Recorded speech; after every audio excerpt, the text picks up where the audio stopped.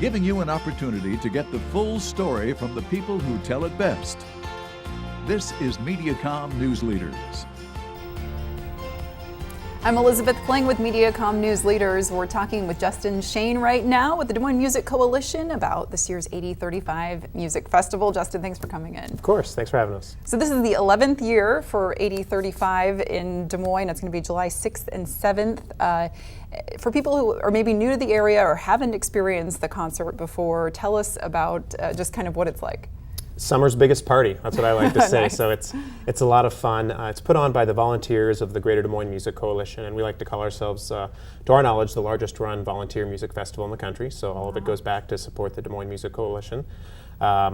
We've got some great headliners this year. Kesha is the big one that if you haven't heard of any of the others, most people have heard of Kesha. Look her up. You might have heard of some songs there. Yeah, so. I think so. And what do you think audiences will get from this year's headliners? What can they expect as far as the show? Well, Kesha's the big name that people have heard. Phanagram's our other headliner. The really unique part about 8035 is the discovery. You can learn a lot about different types of music, different genres of music. BJ the Chicago Kid is one that I'm excited about, more of an R&B soul singer. Car Seat Headrest is another one that's an up-and-coming band. Courtney Barnett, who's a female singer out of Australia who's gotten a lot of buzz recently, just released a new album. So a lot of exciting new bands that you can discover, even if you haven't heard of any of them. Yeah, get exposed to a variety of music. And like you said, that you're really encouraging people to discover new sounds. So even if they haven't heard of things, you're saying, come give it a try? Yeah, come give it a try. The other great part is there's a free area and a paid area.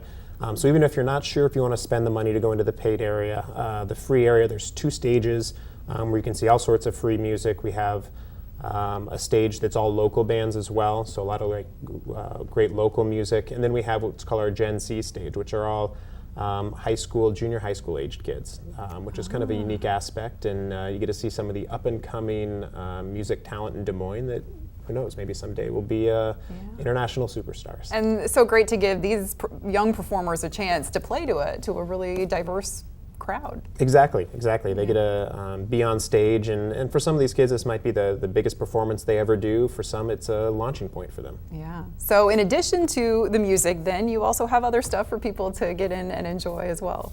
Yeah. So there's the music. We've got street vendors. We've got food. We've got some nonprofits that'll be there talking about different organizations that they represent. There's a kid zone as well, so if you've got young children, you can bring them down and they can play while you're listening to the music. There's all sorts of interactive games. Atlantic Bottling, who's one of our sponsors this year, is bringing in a big display, so a lot of fun things for everyone. And like you said, this is put on by a nonprofit organization, so people attending know that their funds are helping to give back to the community. Tell us about the other work of the Des Moines Music Coalition. Sure. So the Music Coalition itself was formed about 15 years ago, and in addition to 8035, we do a lot of work with youth. So we've got a youth summer camp. It's actually occurring right now, a hip hop and a rock camp. Think of Jack Black, the School of Rock. Yeah. No Jack Black, but there's musicians that are teaching those camps. And then we have an after school program that we've launched with Des Moines Public Schools, where we're getting music back into the schools and hiring local musicians to teach them. And then in addition, we do a lot of advocacy work for the local music community. Wonderful work. Well, let's give people the details then again. If they want to come check out 8035 this year, what do they need to know as far as tickets, and then of course the logistics of actually getting there as far as parking and things? Sure. Well, head downtown. Nationwide offers parking in their parking ramps, so you can park there or anywhere on the streets you can find it. We're right on the public library grounds there near the sculpture park. $55 each day when you arrive day of, or $95 for 2 days. There's a discount if you buy them ahead of time, so visit 80-35.com and you can save a few bucks. Even if you don't have a ticket, come down. There's a lot of free things, so everyone will enjoy it.